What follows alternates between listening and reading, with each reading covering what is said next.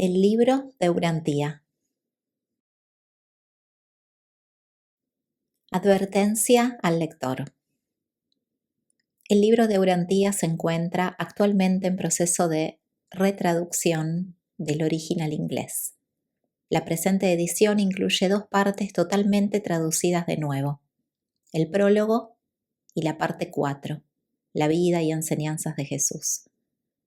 El lector observará por ello una serie de cambios de terminología en relación con las partes 1, 2 y 3, aún no traducidas, como por ejemplo, donación en lugar de auto-otorgamiento, Micael en lugar de Mijael, mundos de las mansiones en lugar de mundos de estancia, el origen centro primero en lugar de la primera fuente y centro, etc.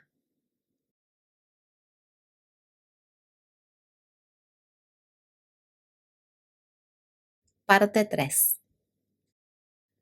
La historia de Urantía. Estos documentos fueron patrocinados por un cuerpo de personalidades del universo local por mandato de Gabriel de Salvington.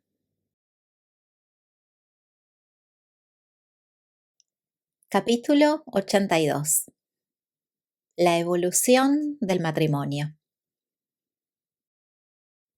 El matrimonio, el emparejamiento, surge de la bisexualidad. El matrimonio es la reacción del hombre para adaptarse a esa bisexualidad, mientras que la vida familiar es el total resultante de todos estos ajustes evolutivos y adaptativos. El matrimonio es duradero, no es inherente a la evolución biológica, pero es la base de toda la evolución social. Y por eso la continuidad de su existencia está asegurada de alguna manera. El matrimonio ha dado el hogar a la humanidad, y el hogar es la gloria que corona toda la larga y ardua lucha evolutiva. Aunque las instituciones religiosas, sociales y educativas son todas esenciales para la supervivencia de la civilización cultural, la familia es la civilizadora principal. Un niño aprende de su familia y de sus vecinos la mayor parte de las cosas esenciales de la vida. Los humanos de los tiempos pasados no poseían una civilización social muy rica, pero aquella que tenían la pasaban de manera fiel y eficaz a las generaciones siguientes. Y debéis reconocer que la mayoría de estas civilizaciones del pasado continuaron evolucionando con un mínimo estricto de otras influencias institucionales, porque el hogar funcionaba de manera eficaz. Hoy, las razas humanas poseen una rica herencia social y cultural que debería ser pasada sabia y eficazmente a las generaciones venideras. La familia, como institución educativa, debe conservarse. 1. El instinto de apareamiento. A pesar del abismo que existe entre la personalidad del hombre y la de la mujer, el impulso sexual es suficiente para asegurar su unión con vistas a la reproducción de la especie. Este instinto funcionaba eficazmente mucho antes de que los humanos experimentaran una gran parte de lo que más tarde se ha llamado amor, devoción y fidelidad conyugal. El apareamiento es una propensión innata y el matrimonio es su repercusión social evolutiva. El interés y el deseo sexuales no eran pasiones dominantes en los pueblos primitivos, simplemente los daban por sentados. Toda la experiencia reproductora estaba desprovista de embellecimientos imaginativos. La pasión sexual absorbente de los pueblos más civilizados se debe principalmente a las mezclas de razas, especialmente allí donde la naturaleza evolutiva fue estimulada por la imaginación asociativa y la apreciación de la belleza de los noditas y los adamitas. Pero las razas evolutivas absorbieron tan poca cantidad de herencia andita que ésta no logró proporcionar el suficiente autocontrol sobre las pasiones animales así despertadas y estimuladas a consecuencia de la dotación de una conciencia más aguda del sexo y de unos impulsos de apareamiento más intensos. De todas las razas evolutivas, el hombre rojo es el que tenía el código sexual más elevado. La reglamentación sexual en relación con el matrimonio indica: 1. El progreso relativo de la civilización. La civilización ha exigido cada vez más que la satisfacción sexual se canalice de una manera útil y de acuerdo con las costumbres. Y 2. La cantidad de sangre andita en un pueblo cualquiera. En estos grupos, el sexo se ha vuelto la expresión más alta y más baja tanto de la naturaleza física como de la naturaleza emocional. Las razas Sanjix tenían pasiones animales normales, pero mostraban poca imaginación o apreciación por la belleza y el atractivo físico del sexo opuesto. Aquello que se denomina atractivo sexual está prácticamente ausente, incluso entre las razas primitivas de hoy en día. Estos pueblos no mezclados poseen un instinto de apareamiento bien definido, pero una atracción sexual insuficiente como para crear problemas serios que necesiten un control social. El instinto de apareamiento es una de las fuerzas físicas dominantes que impulsan a los seres humanos. Es la única emoción que, bajo la apariencia de una satisfacción individual, engaña eficazmente al hombre egoísta para que coloque el bienestar y la perpetuación de la raza muy por encima de la comodidad individual y de la ausencia de responsabilidades personales. Desde sus primeros comienzos hasta los tiempos modernos, el matrimonio como institución describe la evolución social de la tendencia biológica a perpetuarse. La perpetuación de la especie humana en evolución está asegurada por la presencia de este impulso racial al apareamiento, una necesidad que se denomina vagamente atracción sexual. Esta gran necesidad biológica se vuelve el eje impulsor de todo tipo de instintos, emociones y costumbres asociadas, físicas, intelectuales, morales y sociales. Entre los salvajes, el acopio de alimentos era la motivación impulsora. Pero cuando la civilización asegura una abundancia de alimentos, el deseo sexual se vuelve muchas veces un impulso dominante y por eso necesita siempre una reglamentación social. En los animales, la periodicidad instintiva refrena la propensión al apareamiento, pero como el hombre es un ser que se controla en gran parte a sí mismo, el deseo sexual no es del todo periódico. Por eso es necesario que la sociedad imponga a los individuos el control sobre sí mismos. Ninguna emoción o impulso a los que el ser humano se entregue sin freno y con exceso puede producir tanto daño y aflicción como esta poderosa necesidad sexual. El sometimiento inteligente de este impulso a las reglamentaciones de la sociedad es la prueba suprema de la realidad de cualquier civilización. El autocontrol Un autocontrol cada vez mayor es lo que necesita cada vez más la humanidad que progresa. El secreto, la falta de sinceridad y la hipocresía pueden ocultar los problemas sexuales, pero no proporcionan soluciones ni mejoran la ética. 2. Los tabúes restrictivos. La historia de la evolución del matrimonio es simplemente la historia del control sexual bajo la presión de las restricciones sociales, religiosas y civiles. La naturaleza apenas reconoce a los individuos, no tiene en cuenta la llamada moralidad. Está única y exclusivamente interesada en la reproducción de la especie.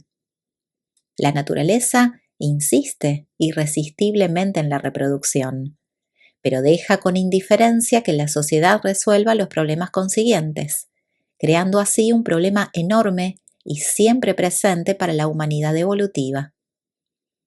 Este conflicto social consiste en una guerra sin fin entre los instintos básicos y la ética en evolución.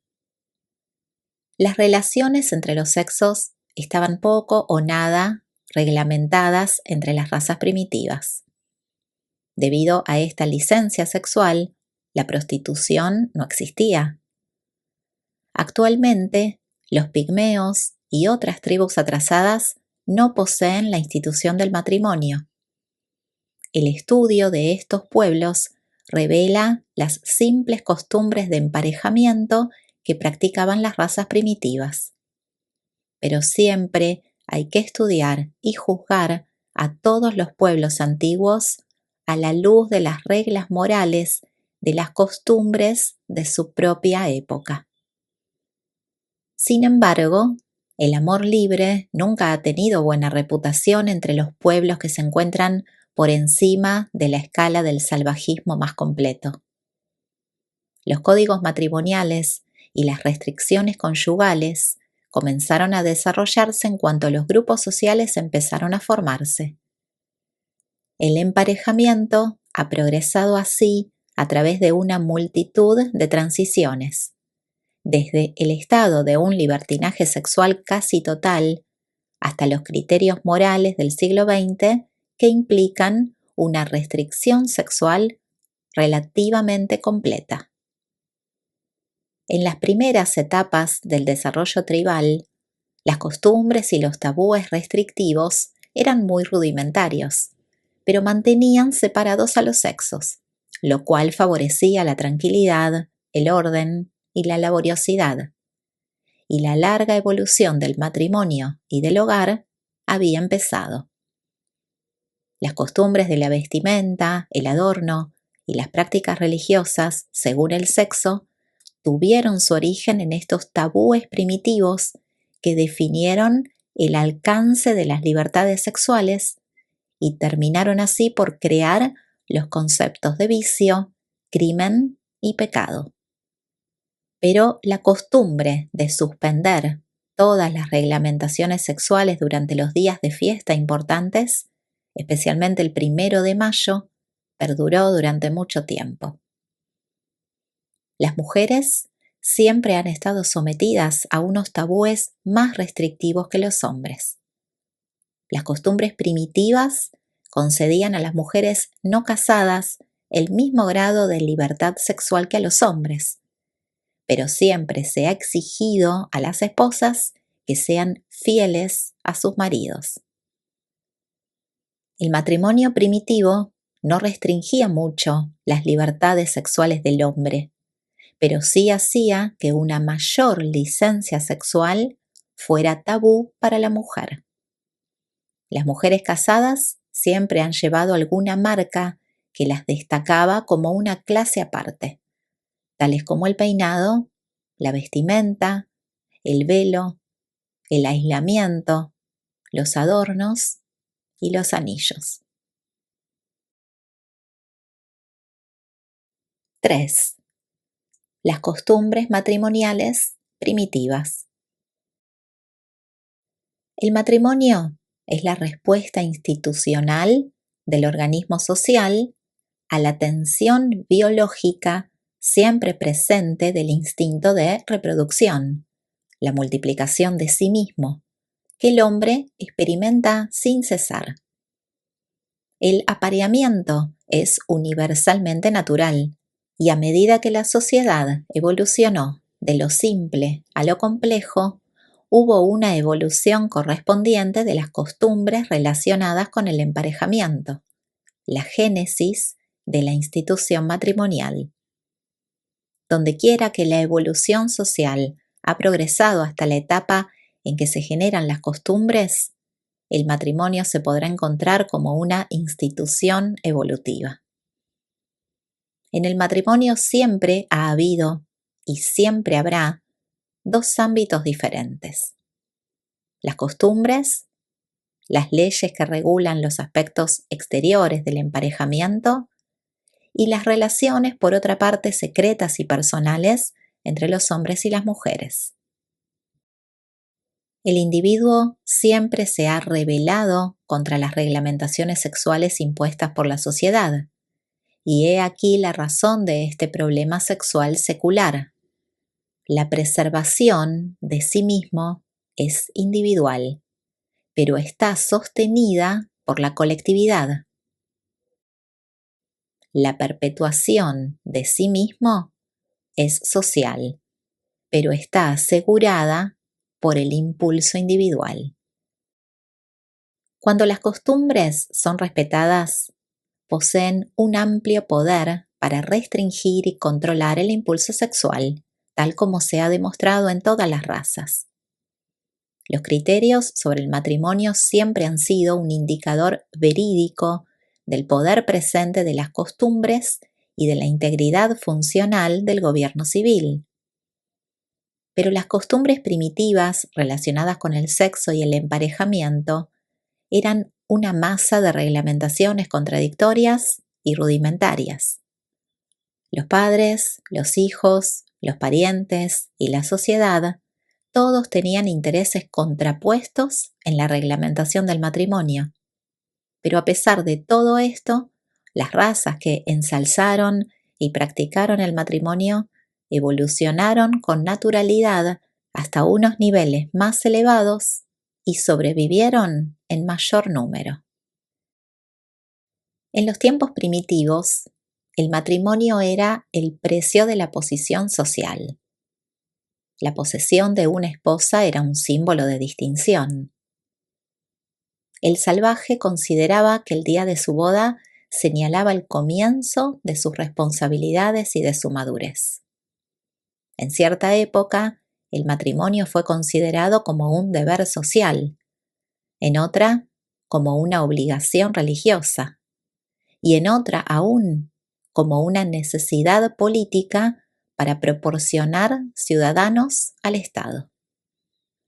Muchas tribus primitivas exigían que se llevara a cabo un robo notable como requisito para poder casarse. Los pueblos posteriores sustituyeron estos saqueos e incursiones por los concursos atléticos y los juegos competitivos. Los vencedores de estas competiciones recibían el primer premio, la posibilidad de elegir entre las novias del momento. Entre los cazadores de cabezas, un joven no podía casarse hasta que poseyera al menos una cabeza, aunque a veces se podían comprar estos cráneos. A medida que decayó la costumbre de comprar a las esposas, estas se consiguieron mediante concursos de adivinanzas, una práctica que sobrevive todavía en muchos grupos de hombres negros. Con el avance de la civilización, algunas tribus pusieron en manos de las mujeres las duras pruebas matrimoniales de resistencia masculina. Las mujeres pudieron así favorecer a los hombres de su elección. Estas pruebas matrimoniales incluían la habilidad en la caza, en la lucha y la capacidad para mantener una familia. Durante mucho tiempo se exigió que el novio viviera con la familia de la novia al menos un año para trabajar allí y demostrar que era digno de la esposa que deseaba. Los requisitos de una esposa consistían en la aptitud para realizar los trabajos penosos y para tener hijos. Se le exigía que ejecutara cierta cantidad de trabajo agrícola en un periodo de tiempo determinado. Y si había tenido un hijo antes de casarse, era mucho más valiosa, porque su fertilidad estaba así asegurada. El hecho de que los pueblos antiguos consideraran como una deshonra e incluso como un pecado el no estar casado explica el origen de los matrimonios entre los niños, puesto que uno tenía que casarse cuanto antes lo hiciera, mejor. También existía la creencia generalizada de que las personas solteras no podían entrar en el mundo de los espíritus. Y esto fue un motivo adicional para casar a los niños incluso en el momento de nacer, y a veces antes, en espera del sexo que tuvieran. Los antiguos creían que incluso los muertos tenían que estar casados. Los casamenteros originales se empleaban para gestionar los matrimonios de las personas fallecidas. Uno de los padres encargaba a estos intermediarios que llevaran a cabo el casamiento entre un hijo muerto y la hija muerta de otra familia. Entre los pueblos más recientes, la pubertad era la edad normal para casarse, pero esta edad ha avanzado en proporción directa a los progresos de la civilización.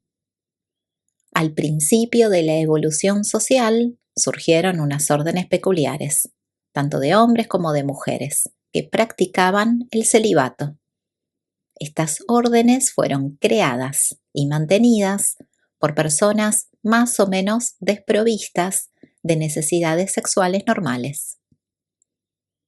Muchas tribus permitían que los miembros de su grupo dirigente tuvieran relaciones sexuales con la novia poco antes de que fuera entregada a su marido. Cada uno de estos hombres le entregaba un regalo a la muchacha, y este es el origen de la costumbre de hacer los regalos de boda. Algunos grupos contaban con que la joven se ganaría su propia dote, la cual consistía en los regalos que recibía como recompensa por sus servicios sexuales en la sala de exhibición de las novias. Algunas tribus casaban a los muchachos con las viudas y las mujeres de edad, y luego, cuando más tarde se quedaban viudos, les permitían casarse con las chicas jóvenes. De esta manera se aseguraban, según decían, de que los dos padres no serían unos insensatos, tal como pensaban que ocurriría si permitían que se casaran dos jóvenes. Otras tribus limitaban el emparejamiento a los grupos que tenían una edad similar. Esta limitación del matrimonio a los grupos de una edad determinada fue la que primero dio origen a las ideas de incesto. En la India no existe, incluso en la actualidad, ningún límite de edad para casarse. Según ciertas costumbres, la viudedad era algo muy de temer, ya que las viudas eran ejecutadas o bien se les permitía que se suicidaran sobre las tumbas de sus maridos, pues se creía que debían entrar con sus esposos en el mundo de los espíritus. A la viuda sobreviviente se le culpaba casi invariablemente de la muerte de su marido. Algunas tribus las quemaban vivas. Si una viuda seguía viviendo, llevaba una vida de luto continuo y de restricciones sociales insoportables, ya que un nuevo casamiento se veía generalmente con desaprobación. En los tiempos antiguos se fomentaban muchas prácticas que ahora se consideran como inmorales. No era raro que las esposas primitivas se enorgullecieran de las aventuras de sus maridos con otras mujeres. La castidad de las muchachas era un gran obstáculo para casarse. Dar a luz a un hijo antes del matrimonio incrementaba considerablemente el atractivo de una joven como esposa, puesto que el hombre estaba seguro de tener una compañera fértil. Muchas tribus primitivas autorizaban el matrimonio a prueba hasta que la mujer se quedaba embarazada, y entonces se llevaba a cabo la ceremonia regular de la boda. En otros grupos, la boda no se celebraba hasta que nacía el primer hijo. Si una esposa era estéril, sus padres tenían que recuperarla y el matrimonio era anulado. Las costumbres exigían que cada pareja tuviera hijos. Estos matrimonios a prueba primitivos estaban enteramente desprovistos de toda semejanza de licencia. Se trataban simplemente de unas pruebas sinceras de fecundidad. Las personas contrayentes se casaban de manera permanente en cuanto quedaba probada la fertilidad. Cuando las parejas modernas se casan con la idea, en el fondo de su mente, de divorciarse cómodamente si su vida conyugal no les satisface plenamente, contraen en realidad una forma de matrimonio a prueba, que además es muy inferior al de las honradas aventuras de sus antepasados menos civilizados. 4. El matrimonio y las costumbres sobre la propiedad.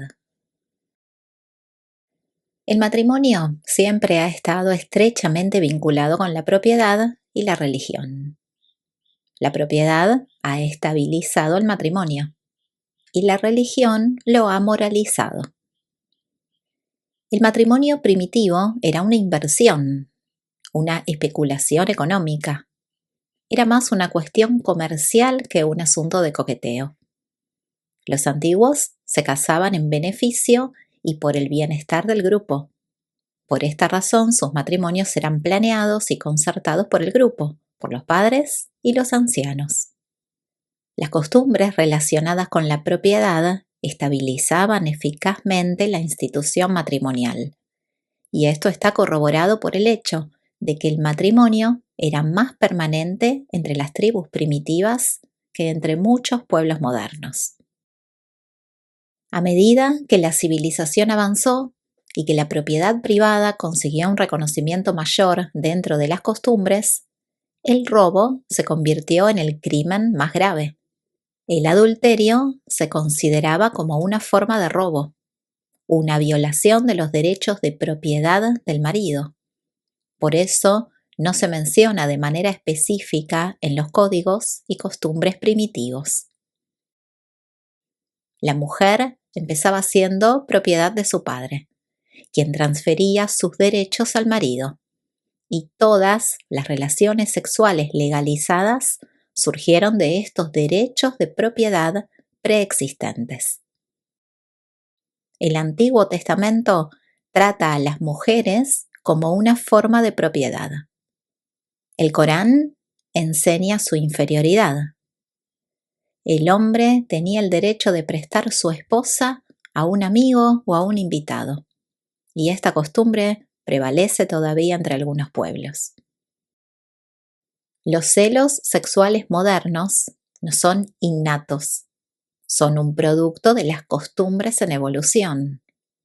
El hombre primitivo no tenía celos de su mujer, se limitaba a defender su propiedad. La razón de mantener a la esposa en una consideración sexual más estricta que al marido se debía a que su infidelidad conyugal implicaba una descendencia y una herencia. En la marcha de la civilización, el hijo ilegítimo cayó muy pronto en descrédito. Al principio, solo la mujer era castigada por el adulterio.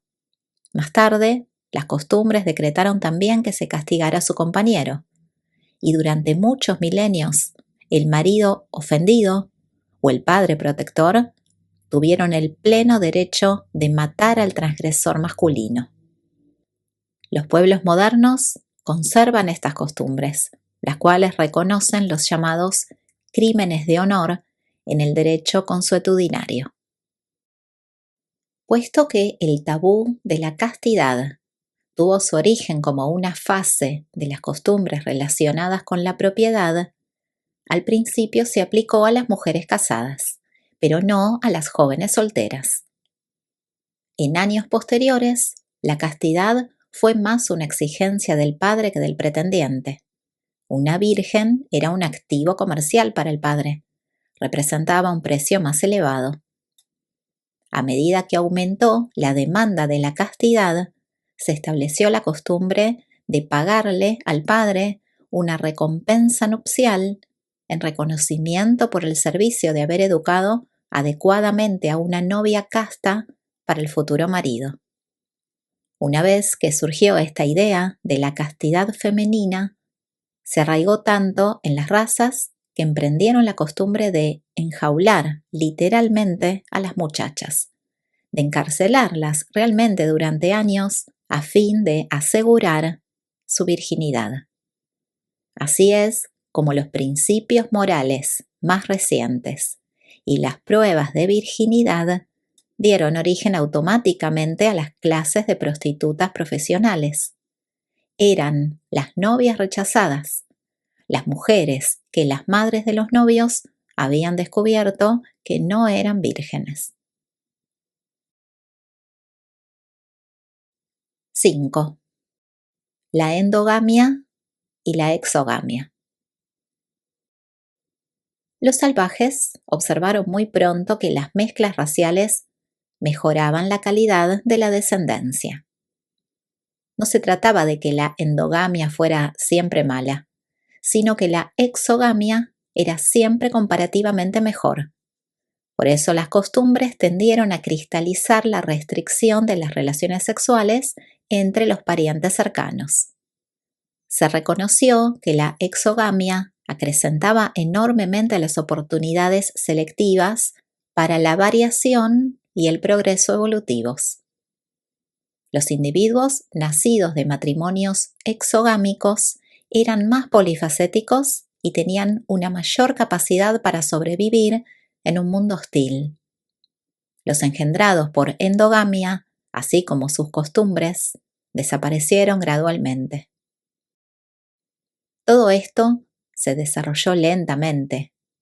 Los salvajes no razonaban conscientemente sobre estos problemas, pero los pueblos progresivos posteriores sí lo hicieron y observaron también que la endogamia excesiva a veces provocaba una debilidad generalizada. Aunque una endogamia con buenos linajes produjo a veces la formación de fuertes tribus, los casos espectaculares de los malos resultados observados en la endogamia de los anormales hereditarios se grabaron con más fuerza en la mente de los hombres, lo que provocó que las costumbres progresivas formularan cada vez más tabúes contra todos los matrimonios entre parientes cercanos. La religión ha sido mucho tiempo una barrera eficaz contra la exogamia. Muchas enseñanzas religiosas han proscrito los matrimonios fuera de la fe. La mujer ha favorecido generalmente la práctica de la endogamia y el hombre la de la exogamia. La propiedad siempre ha influido sobre el matrimonio y a veces, en un esfuerzo por conservar las propiedades en el interior de un clan, han surgido costumbres que obligaban a las mujeres a elegir sus maridos dentro de la tribu de sus padres. Las reglas de este tipo condujeron a una gran multiplicación de los matrimonios entre primos. La endogamia también se practicó en un esfuerzo por preservar los secretos artesanales. Los artesanos expertos trataban de conservar el conocimiento de su oficio dentro de su familia. Cuando los grupos superiores se encontraban aislados, volvían siempre a los emparejamientos consanguíneos.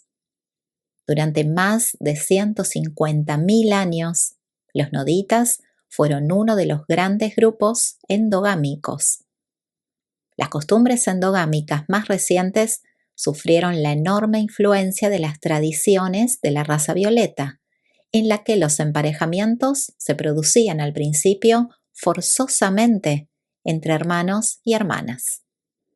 Los matrimonios entre hermanos y hermanas fueron frecuentes en el Egipto primitivo, Siria, Mesopotamia y en todos los países ocupados en otro tiempo por los anditas.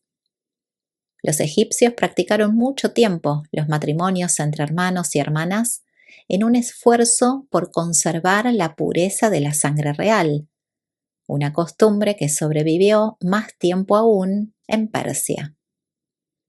Antes de la época de Abraham, los matrimonios entre primos eran obligatorios en Mesopotamia. Los primos tenían el derecho prioritario de casarse con sus primas. Abraham mismo se casó con su hermanastra, pero las costumbres posteriores de los judíos ya no permitieron estas uniones. Los primeros pasos para suprimir los matrimonios entre hermanos y hermanas se dieron bajo la influencia de las costumbres polígamas, porque la esposa hermana solía dominar con arrogancia a la otra u otras esposas. Algunas costumbres tribales prohibían el matrimonio con la viuda de un hermano muerto, pero exigían que el hermano vivo engendrara los hijos de su hermano fallecido. No existe ningún instinto biológico que vaya en contra de algún grado de endogamia. Tales restricciones son únicamente una cuestión de tabúes. La exogamia terminó por dominar porque los hombres la preferían. Conseguir una esposa en el exterior les aseguraba una mayor libertad con respecto a su familia política. La familiaridad produce el menosprecio. Así pues, a medida que el factor de la elección individual empezó a dominar el emparejamiento, se estableció la costumbre de elegir a la pareja fuera de la tribu. Muchas tribus prohibieron finalmente el matrimonio dentro del clan y otras limitaron el emparejamiento a ciertas castas. El tabú en contra del matrimonio con una mujer del mismo tótem que el interesado impulsó la costumbre de raptar a las mujeres de las tribus vecinas. Posteriormente, los matrimonios se reglamentaron más de acuerdo con la residencia territorial que según el parentesco. La evolución de la endogamia pasó por muchas etapas, hasta transformarse en las prácticas modernas de la exogamia. Incluso después de que el tabú sobre la endogamia pasara sobre la gente del pueblo, a los jefes y los reyes les estaba permitido casarse con sus parientes cercanos a fin de conservar la sangre real, concentrada y pura. Las costumbres han permitido generalmente a los dirigentes soberanos ciertas licencias en materia sexual. La presencia de los pueblos anditas posteriores tuvo mucho que ver con el aumento del deseo de las razas Sanjix de casarse fuera de sus propias tribus. Pero a la exogamia no le fue posible volverse predominante hasta que los grupos vecinos aprendieron a convivir en una paz relativa. La exogamia en sí misma promovía la paz. Los matrimonios entre tribus reducían las hostilidades. La exogamia condujo a la coordinación tribal y a las alianzas militares. Se volvió predominante porque proporcionaba un aumento de fuerzas. Fue una constructora de naciones. Las relaciones comerciales crecientes también favorecieron enormemente la exogamia. La aventura y la exploración contribuyeron a ampliar los límites del emparejamiento y facilitaron mucho la fecundación cruzada de las culturas raciales. Las contradicciones, por otra parte inexplicables, de las costumbres raciales sobre el matrimonio se deben ampliamente a esta tradición de la exogamia, acompañada del rapto y la compra de las esposas en las tribus ajenas, todo lo cual se tradujo en una mezcla de las distintas costumbres tribales. Estos tabúes sobre la endogamia eran sociológicos y no biológicos, y este hecho está bien ilustrado en los tabúes sobre los matrimonios entre parientes, los cuales abarcaban muchos grados de relaciones con las familias políticas, en unos casos en los que no existía ningún parentesco consanguíneo. 6. Las mezclas raciales. Hoy ya no existe ninguna raza pura en el mundo. Los primeros pueblos originales y evolutivos de color solo tienen dos razas representativas que sobreviven en el mundo: los hombres amarillos y los hombres negros. E incluso estas dos razas están muy mezcladas con los pueblos de color ya desaparecidos. Aunque la llamada raza blanca desciende predominantemente de los antiguos hombres azules, está más o menos mezclada con todas las demás razas, al igual que los hombres rojos de las Américas. De las 6 razas Sanjix de color, 3 eran primarias y 3 secundarias. Aunque las razas primarias, azul, roja y amarilla, eran superiores en muchos aspectos a los 3 pueblos secundarios, se debe recordar que estas razas secundarias poseían muchas características deseables que habrían mejorado considerablemente a los pueblos primarios si estos hubieran podido absorber sus mejores linajes. Los prejuicios actuales contra los mestizos, los híbridos y los mixtos han surgido porque la mayor parte de los cruces raciales modernos se producen entre los linajes extremadamente inferiores de las razas interesadas. También se consigue una progenie poco satisfactoria cuando los linajes degenerados de la misma raza se casan entre sí. Si las razas actuales de Urantía pudieran liberarse de la maldición de sus estratos más bajos de especímenes degenerados, antisociales, mentalmente débiles y marginados, habría pocas objeciones para llevar a cabo una fusión racial limitada. Y si estas mezclas raciales pudieran producirse entre los tipos más elevados de las diversas razas, habría aún menos objeciones. La hibridación de los linajes superiores y diferentes es el secreto para crear estirpes nuevas y más vigorosas. Y esto es tan cierto para las plantas y los animales como para la especie humana.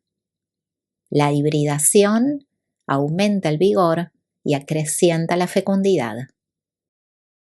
Las mezclas raciales de los estratos medios o superiores de los diversos pueblos aumentan considerablemente el potencial creativo, tal como está demostrado en la población actual de los Estados Unidos de América del Norte. Cuando estos emparejamientos tienen lugar entre los estratos inferiores o más bajos, la creatividad disminuye, tal como se puede observar en los pueblos de hoy en día del sur de la India. La mezcla de las razas contribuye enormemente a la aparición repentina de características nuevas, y si esta hibridación es la unión de los linajes superiores, entonces estas nuevas características serán también peculiaridades superiores. Mientras las razas actuales continúen tan sobrecargadas de linajes inferiores y degenerados, las mezclas raciales a gran escala serán sumamente perjudiciales. Pero la mayoría de las objeciones a estos experimentos están basadas en prejuicios sociales y culturales, más bien que en consideraciones biológicas. Incluso entre las estirpes inferiores, los híbridos son con frecuencia una mejora con respecto a sus antepasados. La hibridación contribuye a mejorar la especie debido al papel de los genes dominantes. La mezcla racial aumenta la probabilidad de que un mayor número de dominantes deseables estén presentes en el híbrido. En los últimos 100 años ha tenido lugar más hibridación racial en Urantía de la que se había producido durante miles de años. Se ha exagerado mucho el peligro de que surjan grandes discordancias a causa de los cruces de los linajes humanos. Las dificultades principales de los mestizos se deben a los prejuicios sociales. El experimento de Pitcairn, consistente en mezclar las razas blanca y polinesia, salió bastante bien, porque los hombres blancos y las mujeres polinesias poseían unos linajes raciales relativamente buenos. El cruce entre los tipos más elevados de las razas blanca, roja y amarilla traería inmediatamente a la existencia muchas características nuevas y biológicamente eficaces. Estos 3 pueblos pertenecen a las razas Sanghees primarias. Los resultados inmediatos de las mezclas entre las razas blanca y negra no son tan deseables, ni sus descendientes mulatos son tan inaceptables como pretenden hacerlo creer los prejuicios sociales y raciales. Estos híbridos blanco-negros son, físicamente, unos excelentes especímenes de la humanidad, a pesar de su ligera inferioridad en algunos otros aspectos. Cuando una raza Sangheek primaria se fusiona con una raza Sangheek secundaria, esta última mejora considerablemente a expensas de la primera, y a pequeña escala, que se extienda durante largos periodos de tiempo, esta contribución sacrificatoria de las razas primarias para mejorar a los grupos secundarios debe encontrar pocos inconvenientes serios. Desde el punto de vista biológico, los Sanghees secundarios eran, en algunos aspectos, superiores a las razas primarias. Después de todo, el verdadero riesgo para la especie humana reside en la multiplicación desmedida de los linajes inferiores y degenerados de los diversos pueblos civilizados, más bien que en el supuesto peligro de sus cruces raciales. Este capítulo es presentado por el jefe de los serafines estacionado en Urantía.